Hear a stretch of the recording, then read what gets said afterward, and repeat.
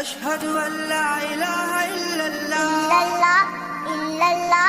أشهد أن لا إله إلا الله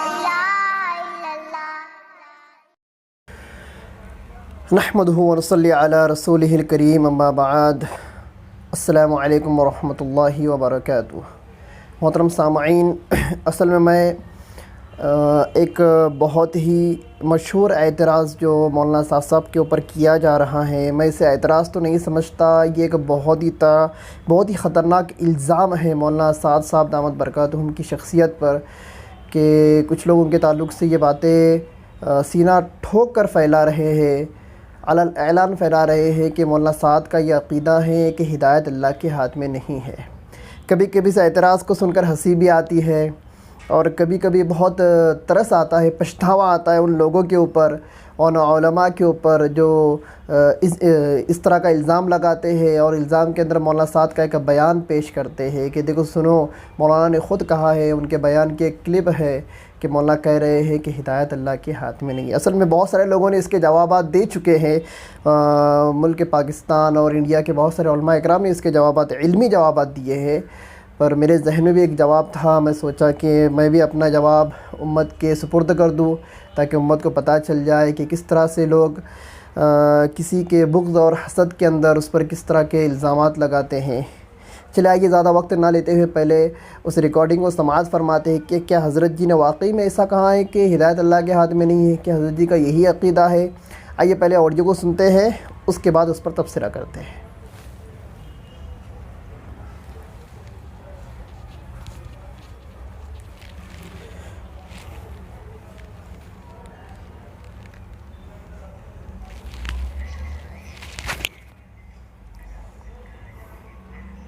تمہیں شرم آئے گی کہ ایک آدمی تو قسم کھانے جمع کیے ہوئے ہیں دسترخوان پر، اور ایک گھر کے اندر ایک آدمی فاقے سے مر رہا ہے، تم اس شخص کو ظالم نہیں کہو گے تو کیا کہو گے؟ ایک کے پاس تو علم کی اتنا ڈھیر کہ اسے سمجھ نہیں آتا کہ کیا بیان کرے، اور ایک طرف جا کے دیکھو گے تو امت بغیر کلمے کے مر رہی ہوگی۔ تم اس خیال کرو گے ہدایت اللہ کے ہاتھ میں ہے، ہدایت اللہ کے ہاتھ میں ہوتی تو اللہ تعالیٰ نبیوں کو کیوں بھیجتے؟ اللہ تعالیٰ نے ہدایت دینے کے لیے انبیاء علیہ السلام کو محنت کے لیے بھیجا ہے۔ نبیوں نے بھی اپنے اندر کی توجہ اور روحانیت سے ہدایت کو نہیں پھیلایا۔ تم سب کے سب خوب غور سے سنو میں کیا کہہ رہا۔ اس زمانے میں ایک دھوکہ یہ بھی ہے مسلمانوں کو کہ اللہ والوں کی اندرونی کیفیات سے امت ہدایت پر آ جائے گی، یہ خیال بھی غلط ہے۔ حضور اکرم صلی اللہ علیہ وسلم انبیاء کے امام ہیں، اور انبیاء روحانیت کے امام ہیں، اور آپ سارے انبیاء کے امام ہو کر سب سے زیادہ روحانیت والے ہیں، لیکن حضور اکرم صلی اللہ علیہ وسلم نے اس روحانیت کے باوجود اس راستے کی ٹھوکریں کھانے میں کمی نہیں کی ہے۔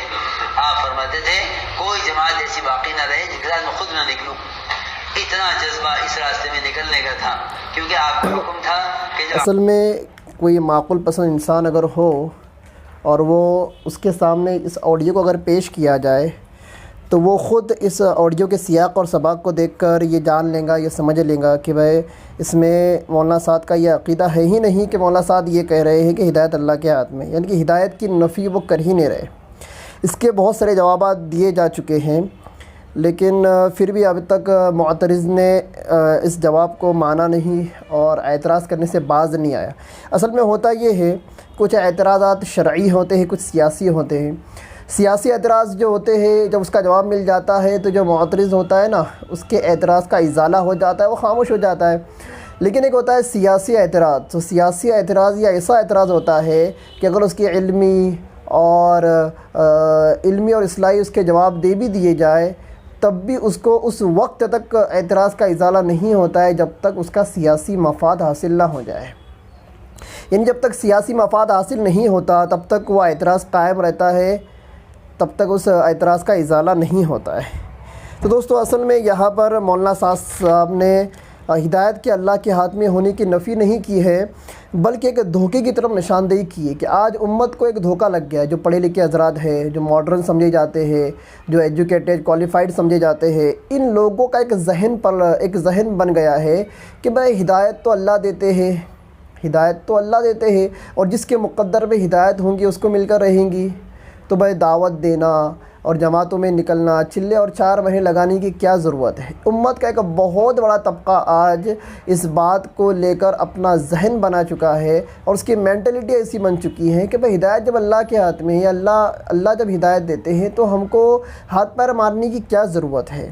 تو دوستو یہ تو ایسا ہی ہے جیسے کہ اللہ تبارک تعالیٰ نے قرآن میں فرمایا وَمَا مِن دَابَّةٍ فِي الْأَرْضِ إِلَّا عَلَى اللَّهِ رِزْقُهَا وَيَعْلَمُ مُسْتَقَرَّهَا وَمُسْتَوْدَعَهَا کہ زمین پر چلنے پھرنے والے جتنے بھی جاندار ہیں، جتنے بھی چوپائے ہیں اور جتنے بھی جاندار مخلوق ہے، ان کا رزق اللہ نے اپنے ذمے لیا ہے، اور ان کے رزق کا آنا جانا اللہ تعالیٰ کو معلوم ہے کہ ان کو کب رزق دینا ہے، اور اللہ ان کو رزق دے کر رہتے ہیں۔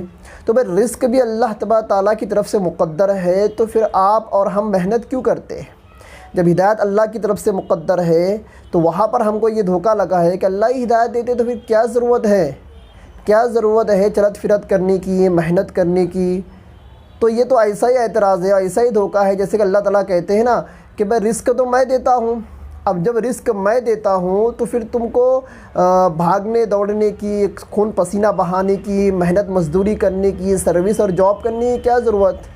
تو وہاں پر جہاں آپ اللہ تعالیٰ کے ذمے ہدایت کو مانتے ہیں، تو یہاں بھی اللہ کے ذمے آپ رزق کو مان کر تم رزق کے لیے جو تو چلت پھرت جو کرتے ہو، جو محنت اور مشقتیں کرتے ہو، تو اس سے کیوں نہیں رکتے؟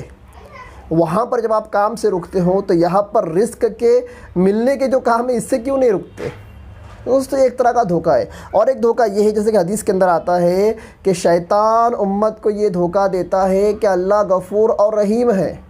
حدیث کے الفاظ ہیں، اللہ کے نبی نے فرمایا صلی اللہ علیہ وسلم کہ اللہ تعالیٰ کیا ہے؟ غفور اور رحیم ہے۔ بھائی اس میں شبہ کیا ہے؟ اللہ غفور اور رحیم ہے، اور شیطان کے دھوکہ دینے کا سوال کیا پیدا ہوتا ہے؟ پھر اللہ کے نبی نے کیوں فرمایا کہ شیطان دھوکہ دیتا ہے کہ اللہ غفور و رحیم ہے؟ ارے اللہ تو واقعی میں غفور و رحیم ہے، یہ تو ہر کوئی جانتا ہے، لیکن نہیں، شیطان اس طرح سے دھوکہ دیتا ہے کہ اللہ غفور و رحیم ہے، نماز پڑھنے کی کیا ضرورت، روزے رکھنے کی کیا ضرورت، دعوت و تبلیغ کرنے کی کیا ضرورت، اللہ کے راستے میں 3 دن اور 4 مہینے لگانے کی کیا ضرورت، گشت کرنے کی کیا ضرورت ہے؟ ہاں اللہ تو غفور الرحیم ہے، اللہ تو معاف کرنے والے اور رحم بھی کرنے والے ہیں۔ تو یہ ایک دھوکہ ہے۔ تو شیطان اس طرح کے دھوکے انسانوں کے ذہن میں ڈال کر انسانوں کو ورغلاتا ہے۔ تو آج امت کے 60 سے 70% لوگوں کا یہ ذہن بن چکا ہے، ایک مینٹلٹی ان کی بن چکی ہے کہ جب ہدایت اللہ کی طرف سے مقدر ہے تو پھر اتنی چلت پھرت کیوں، دعوت و تبلیغ کی نقل و حرکت کیوں؟ تو دوستو ان لوگوں کے لیے میں ایک ہی بات کہنا چاہوں گا کہ جب ہدایت اللہ کے ہاتھ میں ہے، ہدایت جب اللہ کے ہاتھ میں ہے، ہدایت جب مقدر میں ہے، وہ تو مل کے رہتی ہیں، تو اس طرح سے آپ کی مینٹلٹی ایسی ہونی چاہیے کہ رزق بھی اللہ نے اپنے ذمے لیا ہے، تو رزق بھی انسانوں کے مقدر میں ہے، وہ تو مل کر رہیں گا، اور مغفرت بھی اور جنت بھی مقدر میں ہے مومن کے، تو پھر آپ رزق کے لیے بھاگتے اور دوڑتے کیوں ہو؟ اور جب مغفرت جب آپ کے مقدر میں ہے تو پھر آپ نماز اور روزے کیوں رکھتے ہو؟ تو مولانا سعد صاحب اسی دھوکے سے امت کو باخبر کرنا چاہتے ہیں کہ ہدایت کا ملنا اگر من جانب اللہ مقدر ہے تو اللہ تعالیٰ انبیاء کو کیوں بھیجتے؟ کیا ضرورت تھی انبیاء کو بھیجنے کی؟ اللہ خود زمین پر آ کے لوگوں کو ہدایت دے دیتے، حالانکہ ایسا نہیں ہے۔ اللہ خود زمین پہ اتر کر اپنے ہاتھوں سے لوگوں کو ہدایت نہیں دیتے، بلکہ اللہ کا ایک قانون ہے، اللہ تعالیٰ اپنے نبیوں کو اور رسولوں کو بھیج کر لوگوں کے ہدایت کا سامان اور ذریعہ بناتے ہیں۔ مولانا سعد صاحب کے سیاق اور سباق کو اگر ہم دیکھیں تو مولانا نے 2 مثالیں دی، ان 2 مثالوں کو بغور آپ سماعت فرمائیے، آپ کے ذہن سے سارے اشکالات اور شبہات ختم ہو جائیں گے۔ ایک مثال دی مولانا سعد صاحب نے مالدار کی، کہ آج ایک مالدار کے دسترخوان پر طرح طرح کے پکوان سجے ہوئے ہیں، اور ایک عالم دین ہے، اس کے پاس علم کے اتنے انبار ہیں کہ جب وہ بیان کرنے کے لیے سٹیج پر بیٹھتا ہے تو اس کو سجائی نہیں دیتا، میں کہاں سے بات کروں، اتنا علم ہے، کون سے ٹاپک کو چھیڑوں اور کس موضوع کے اوپر میں کلام کروں یا کس عنوان کے اوپر میں خطاب دوں، اس عالم کو سمجھ میں نہیں آتا، اتنا علم اس کے پاس پڑا ہوا ہے۔ اب دیکھیے بقول مولانا سعد، وہ مالدار جس کے دسترخوان پر طرح طرح قسم کے پکوان ہیں، وہ بھی ظالم ہے، اور یہ عالم دین جس کے پاس علم کے انبار ہے یہ بھی ظالم ہے۔ کیا مطلب؟ مالدار یہ سمجھ رہا ہے کہ رازق اللہ ہے، اللہ نے جس طرح سے مجھے رزق دیا ہے امت کو بھی رزق دیں گا، تو میرے کو امت کو صدقہ اور خیرات کرنے کی کیا ضرورت ہے؟ اللہ رازق ہے، اللہ سب کو رزق دیتا ہے، اللہ نے مجھے دیا تو اللہ اس کو بھی دینے والا ہے۔ ایک چیز اور ایک عالم دین کی یہ سوچ بن چکی ہے، جس طرح سے اللہ نے مجھے علم دیا ہے ایسا علم اللہ تعالیٰ دوسروں کو بھی دے رہے ہیں، تو مولانا صاحب یہ فرما رہے ہیں کہ ایک عالم کرسی پر بیٹھتا ہے بیان کرنے کے لیے، اس کو سجائی نہیں دیتا ہے کہ میں کس ٹاپک پر بات کروں، اتنے علم کے انبار اس کے پاس ہے۔ اور آج امت کا ایک طرف حال یہ ہے کہ امت بنا کلمے کے دنیا سے جا رہی ہے، تو مالدار کے ظلم کی وجہ سے اور مالدار کی یہ مینٹلٹی کی وجہ سے آج غریب فقر سے مر رہے ہیں، اور عالم دین کی اس مینٹلٹی کی وجہ سے، اس دھوکے کی وجہ سے آج امت بنا کلمے کے دنیا سے جا رہی ہیں۔ تو دوستو مولانا صاحب یہی بتلانا چاہ رہے ہیں کہ محنت اصل ہے، محنت کرتے رہو۔ اصل میں کچھ لوگوں کو بغض اور حسد ہے۔ دیکھو بغض اور حسد جب کسی سے ہو جاتا ہے تو بغض اور حسد حاسد کو وہی دکھاتا ہے جو حاسد کی خوراک ہوتی ہے۔ دوستو دیکھو ایک قاعدہ ہے، متکلم اور قائل، متکلم کا کلام اور قائل کا قول، اس کا محمل کون طے کرے گا؟ متکلم کے کلام کا محمل یا قائل کے قول کا محمل کون طے کرے گا؟ مطلب یہ کہ بات کرنے والے کی بات کا ایکسپلینیشن کون دے گا؟ بات کوئی بندہ خطاب دے رہا ہے، بات کر رہا ہے، کلام کر رہا ہے، اس کے کلام کا محمل کون طے کرے گا؟ میں طے کروں گا یا آپ طے کرو گے؟ نہیں، وہ خود طے کرے گا۔ آئیے مولانا صاحب کی ایک آڈیو سماعت فرماتے ہیں جس میں مولانا صاحب خود اس بات کا اقرار کر رہے ہیں کہ وہ ہدایت اللہ کے ہاتھ میں ہے، اور میں وہ ایک بیان تو بطور سیمپل کے آپ کو دے رہا ہوں، اس سے ہزاروں بیان ہیں، اور آپ بیان نہ سنیے۔ ہر اجتماع کے یا ہر مجمع کے اختتام پر مولانا صاحب جو دعا کرتے ہیں اس دعا کو آپ سماعت فرمائیں۔ اس دعا کے اندر آپ کو یہی ملیں گا، یا اللہ ہدایت دے دے، ہدایت دے دے، ہدایت دے دے، ہدایت۔ اللہ تعالیٰ سے ہدایت مانگ رہے ہیں۔ اگر اس بندے کا عقیدہ اگر خراب ہوتا تو وہ اللہ سے ہدایت کو کیوں مانگتا؟ اور عقیدہ اگر اس کا یہ ہوتا کہ اللہ کے ہاتھ میں ہدایت نہیں ہے، تو جس کے ہاتھ میں ہدایت نہیں اس سے ہدایت کو مانگنا یہ تو بیوقوفی ہو گئی نا۔ آئیے مولانا صاحب کی اس آڈیو کو سماعت فرماتے ہیں، اس سے آپ کو بخوبی اندازہ ہو جائے گا کہ حضرت جی کے قول کا محمل اور کلام کا محمل یہ ہے ہی نہیں کہ اللہ تعالیٰ کے ہاتھ میں نعوذ باللہ ہدایت نہیں۔ آئیے آڈیو سماعت فرماتے ہیں۔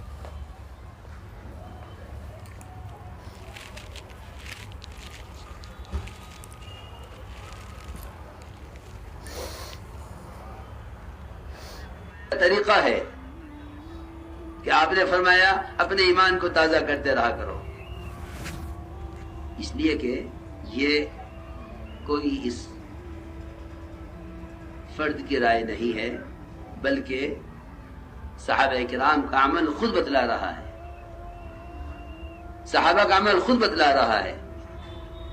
صحابہ کے پاس جاتے تھے، خوشامد کرتے تھے، ایک ایک کے ہاتھ پکڑتے تھے، بازاروں سے، گلیوں سے، گھروں سے، قم بنا نؤمن ساعتن، تھوڑی دیر کے لیے ہمارے ساتھ آ جاؤ، اجلس بنا نؤمن ساعتن، تھوڑی دیر ہمارے ساتھ بیٹھو، تعال بنا نؤمن ساعتن، حضرت فرماتے تھے تھوڑی دیر کے لیے ہمارے ساتھ چلو مسجد میں اپنے پر ایمان لائیں گے۔ یہ عمل صحابہ کا بتلا رہا ہے، یہ عمل صحابہ کرام کا بتلا رہا ہے کہ ایمان کی تجدید کے لیے مسجدوں میں ایمان کے حلقے قائم کرنا یہ صحابہ کرام کا معمول تھا۔ یہ معمول امت میں سے ختم ہو گیا ہے، اب ملاقات برائے ملاقات ہو کر رہ گئی ہے۔ آپ اگر غور کریں گے صحابہ کرام کے معمول پر تو خوشامد ملے گی آپ کو روایتوں میں، تم بنا، حضرت فرماتے تھے تھوڑی دیر کے لیے چلو ہمارے ساتھ اپنے پر ایمان لائیں گے۔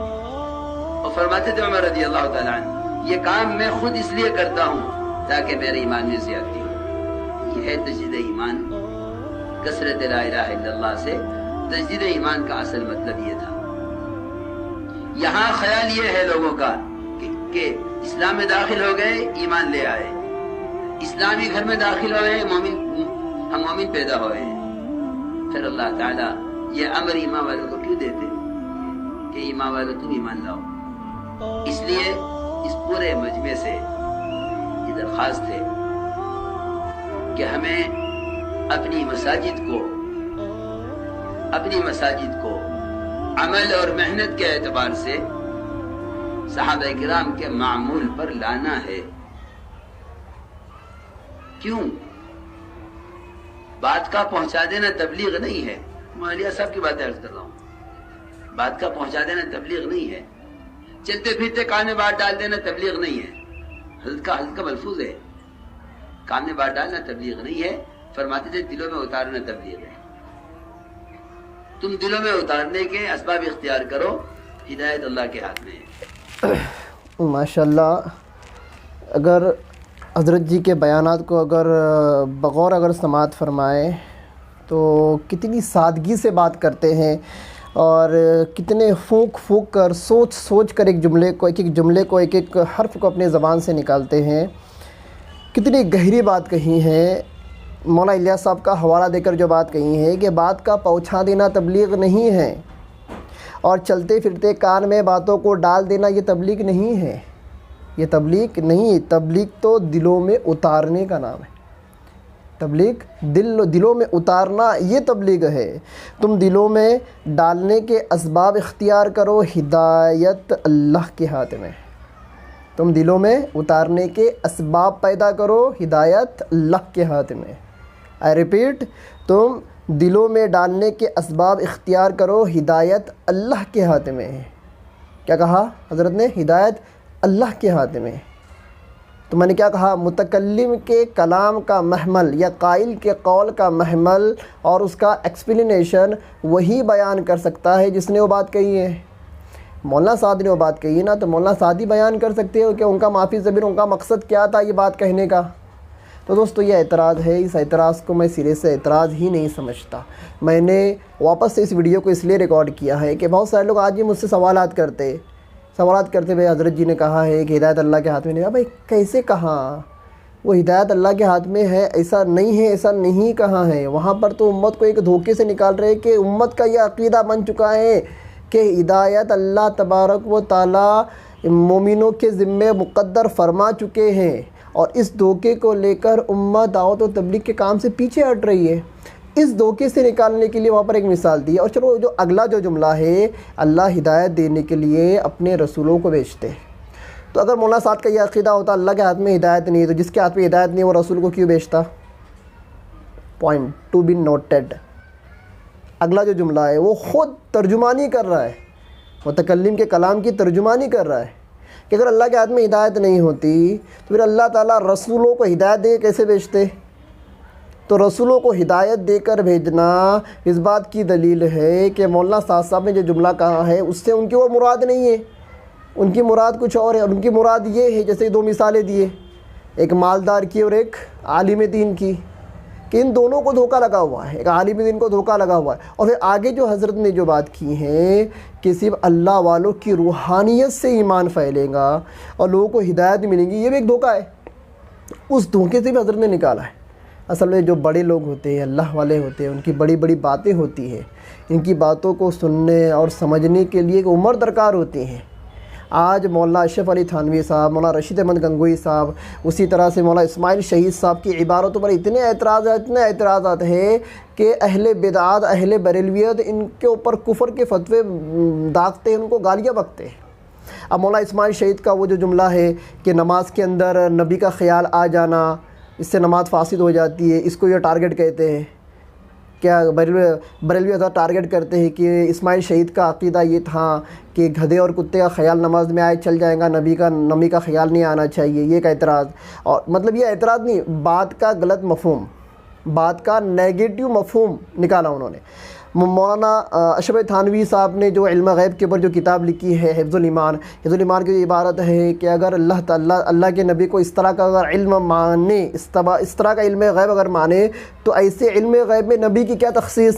ایسا علم غیب تو بہت لوگوں کو ہے.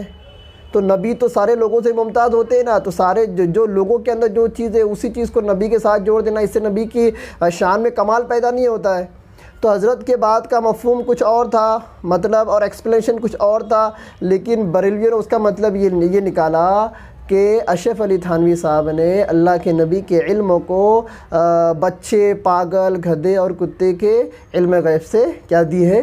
تشبیہ دی ہے۔ نعوذ باللہ، حضرت کا یہ مفہوم تھا نہیں۔ وہ ایک چھوٹی سی کتاب ہے، 11 سے 12 صفحات کا ایک کتابچہ ہے، اس کتابچے کے جوابات میں اور اس کے تشریحات میں کئی کتابچے لکھ دیے حضرت نے، اور اب تک علماء اکرام لکھ رہے ہیں اور جوابات دے رہے ہیں۔ اسی طرح سے مولانا رشید احمد گنگوہی صاحب، فقیہ امت ان کو کہا جاتا ہے، انہوں نے اپنے ایک ملفوظ میں ایک بیان میں کہا تھا، میں سچ کہتا ہوں، قسم کھا کر کہتا ہوں، اس دور میں جو بھی کہتا ہوں حق کہتا ہوں۔ ہاں دیکھو پہلا جملہ، میں جو بھی کہتا ہوں حق کہتا ہوں، اور آج کے زمانے میں نجات میری اطاعت پر موقوف ہے۔ آج کے زمانے میں نجات میری اطاعت پر، مطلب میری بات مانو گے، میری اطاعت کرو گے، تم کو نجات ملیں گی۔ یہ جملہ پکڑا۔ اب اس جملے سے بریلویوں نے، اہل حدیثوں نے یہ الزام لگا دیا کہ حضرت نے خدائی کا دعویٰ کر دیے کہ بھائی ان کی بات مانو گے تو نجات، اللہ رسول کی بات مانو گے نجات نہیں۔ فوراً اس بات کو اٹھا کر انہوں نے اللہ رسول کی بات کے اپوز میں رکھ دیا اور ایک اعتراض کر دیا کہ حضرت کا یہ عقیدہ ہے، رشید گنگوہی کا عقیدہ ہے کہ وہ خود کو اللہ سمجھتے ہوئے کہتے ہیں کہ میری مانوں گے تو ہدایت ملیں گی۔ حالانکہ حضرت کے کلام کا سیاق اور سبق ہم دیکھتے ہیں تو سیاق اور سبق میں یہ بات ملتی ہے کہ میں حق کہتا ہوں، حق، میں قرآن اور حدیث کی حق بات کہتا ہوں، تو میری حق بات کو مانو گے تو تم کو نجات ملے گی۔ مطلب میں قرآن کے خلاف کہتا ہی نہیں ہوں، میں قرآن و حدیث کی حق بات کہتا ہوں، تو تم اگر میری بات اگر مانو گے تو تم کو کیا ملیں گے؟ نجات ملیں گی۔ حضرت کے بات کا یہ مفہوم تھا، لیکن انہوں نے سیاق سباق کو کاٹ دیا، ایک چھوٹا سا جملہ اٹھا لیا کہ بھائی رشید گنگوہی نے خدائی کا دعویٰ کیا۔ ادھر مولانا اشرف علی تھانوی نے اللہ کے نبی کی شان میں گستاخی کی کہ ان کے علموں کو جانوروں کے علم سے تشبیہ دی۔ ادھر مولانا اسماعیل شہید رحمۃ اللہ علیہ نے الزام لگایا کہ وہ یہ کہتے ہیں کہ نماز کے اندر کتے اور گدھے کا خیال آ جائے چلے گا، نبی خیال نہیں آنا چاہیے، نہ جانے کیا کیا۔ تو دوستو، قائل کے قول کا محمل اور متکلم کے کلام کا محمل خود متکلم یا قائل ہی طے کریں گے، ہم اور آپ طے نہیں کریں گے، ہم اور آپ طے نہیں کریں گے۔ میں آپ کو علامہ شامی رحمۃ اللہ علیہ کی ایک بہت ہی بہترین بات میں آپ کو بتاتا ہوں، ویڈیو تھوڑا لمبا ہو گیا، معافی چاہتا ہوں۔ فتاوی محمودیہ کے اندر علامہ شامی کی عبارت نہیں ہے، بلکہ یہ فتاوی عالمگیری کی عبارت ہے، فتاوی عالمگیری کی عبارت ہے، اور اس کو میں نے اخذ کیا ہے فتاوی محمودیہ سے، جلد نمبر 2 صفحہ نمبر 350 سے۔ اس کا اسکین میں اسکرین پر لگا دوں گا۔ کیا لکھا ہے؟ ثم اعلم ان كانت نیت القائل الوجه الذي يمنع الكفر فهو مسلم۔ کیا کہا کہ تو جان لے کہ قائل بات کرنے والی کی نیت اس وجہ کے ایک ایسی وجہ نکل رہی ہے جس سے کفر مانے ہو رہا ہے، تو وہ بندہ مسلمان ہے۔ مطلب یہ کہ قائل نے ایسی بات کہی کہ اس کی بات سے یہ شائبہ ہو رہا ہے کہ اس نے کفریہ کلام کیا، لیکن اس کی وجہ ہم نکال رہے ہیں تو اس کی وجہ ایسی نکل رہی ہے جس سے کفر لازم نہیں آ رہا ہے، تو اس کے اوپر تم کفر کا فتویٰ ہی لگاؤ گے۔ ایک چیز تو یہ، اور دوسری چیز میں آخری میں امت کو یہ بات، جو لوگ مجھے سن رہے ہیں، جہاں تک میری یہ بات پہنچ رہی ہے، میں ان کو یہ بات کہنا چاہوں گا کہ غیبت، یہ غیبت ہے، یہ الزام بھی ہے اور غیبت ہے۔ آج مولانا صاحب کی برائیاں، امارت والوں کی برائیاں یہ لے کر ہم مسجد گھوم رہے، گلی گھوم رہے، ایک دوسرے کے ذہنوں کے اندر ان باتوں کو اور غیبتوں کو ڈال رہے، خود بھی کر رہے، سن بھی رہے۔ تو غیبت کے تعلق سے علامہ شامی کی مجھے ایک بڑی بہترین بات ملی ہے، میں چاہتا ہوں کہ آپ کے گوشے گزار کر دو۔ علامہ شامی لکھتے ہیں، اعلم ان الغیبت حرام بوعد الکتاب العزیز، کہ قرآن کی بہت ساری آیات کی وجہ سے غیبت کرنا کیا ہے؟ حرام ہے۔ وشبہ المغتاب باکل لحم اخیہ، اور اللہ تعالیٰ نے غیبت کرنے والوں کو اپنے بھائی کے مردار گوشت کے کھانے سے تشبیہ دی ہے۔ قال صلی اللہ علیہ وسلم، کل المسلم علی المسلم حرام دمہ ومالہ وعرضہ، رواہ مسلم وغیرہ۔ اللہ کے نبی کا اسلام ہے، ہر مسلمان کا دوسرے مسلمان کے اوپر حرام ہے، کیا؟ اس کا خون، اس کا مال اور اس کی عزت اور اس کی آبرو۔ یہ مسلم شریف کی روایت ہے۔ آگے لکھتے ہیں علامہ شامی، وفی تنبیہ الغافلین للفقیہ ابی اللیث، فقیہ ابی اللیث سمرقندی کی کتاب ہے تنبیہ الغافلین، اس میں لکھتے ہیں الغیبۃ علی اربعۃ اوجہ، کہ غیبت کی 4 قسمیں ہیں۔ وفی وجہ ہی کفر بان قیل له لا تغتب فیقول لیس ھذا غیبۃ، لأنی صادق فیہ فقد استحل ما حرم بالأدلة القطعیہ وہو کفر۔ فقی ابو الاحوص فرماتے ہیں کہ غیبت کی 4 قسموں سے ایک قسم یہ ہیں کہ ایک قسم کفر ہے۔ غیبت کی 4 قسموں سے جو ایک قسم ہے کہ اس سے ڈائریکٹ کفر لازم آتا ہے، اور وہ قسم کیا ہے؟ غیبت کرنے والے کو جب کہا گیا لا تغتب، تو غیبت نہ کر، تو غیبت نہ کر، اور وہ بندہ یہ کہے کہ لیس ھذا غیبہ، کہ یہ غیبت نہیں ہے، لأنی صادق فی، میں جو کہہ رہا ہوں سچ کہہ رہا ہوں، یہ غیبت نہیں ہے، میں جو کہہ رہا ہوں سچ کہہ رہا ہوں، یہ غیبت نہیں ہے۔ کوئی بندہ اگر اس طرح کا عقیدہ رکھے، کسی کی غیبت بھی کر رہا ہے، کسی کی غیبت بھی کر رہا ہے اور یہ کہہ رہا ہے لیس ھذا غیبہ، یہ غیبت نہیں ہے، لأنی صادق فیہ، اس لیے کہ میں اس بات کے کہنے میں بالکل سچا ہوں، تو لکھا ہے فقی ابو الاحوص نے فقد استحل ما حرم بالادلۃ القطعیہ، کہ دلائل قطعیہ سے جو چیز حرام تھی اس بندے نے اس چیز کو حلال سمجھا، فوہو کفر، اور یہ کفر ہے۔ کفر کے تعلق سے جو حدیث ہم نے جو پڑھی ہے وہ کیا ہے؟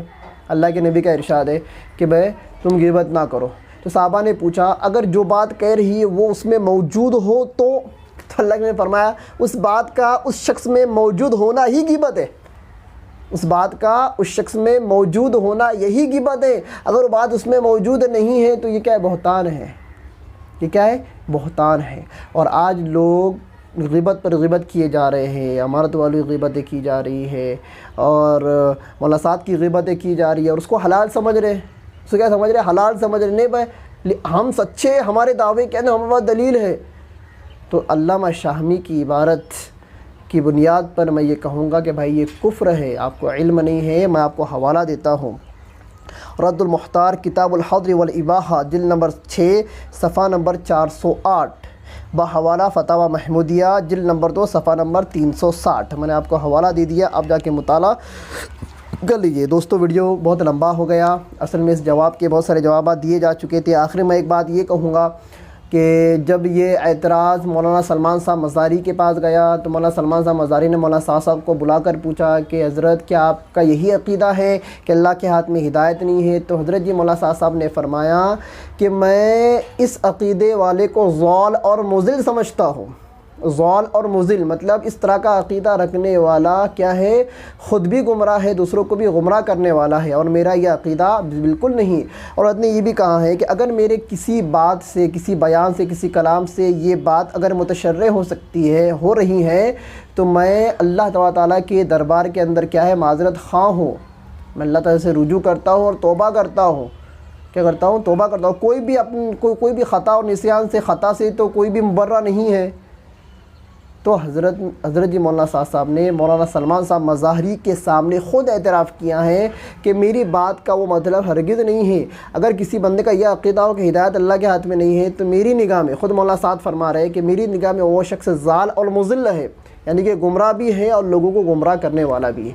دوستو امید کرتا ہوں آپ کو یہ ویڈیو پسند آئی ہوں گی، تو اس ویڈیو کو خوب شیئر کریں، اور مجھ سے کہنے میں کوئی کمی اور کوتاہی ہوں گی تو مجھ کو اس پر مطلع کریں، باخبر کریں۔ انشاءاللہ میں اپنی اصلاح کے لیے تیار بیٹھا ہوں۔ ھذا ما عندی ان اريد الا الاصلاح ما استطعت وما توفیقی الا باللہ۔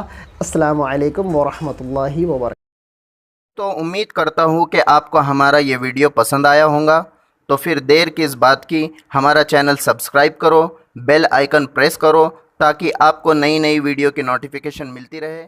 جزاک اللہ خیر۔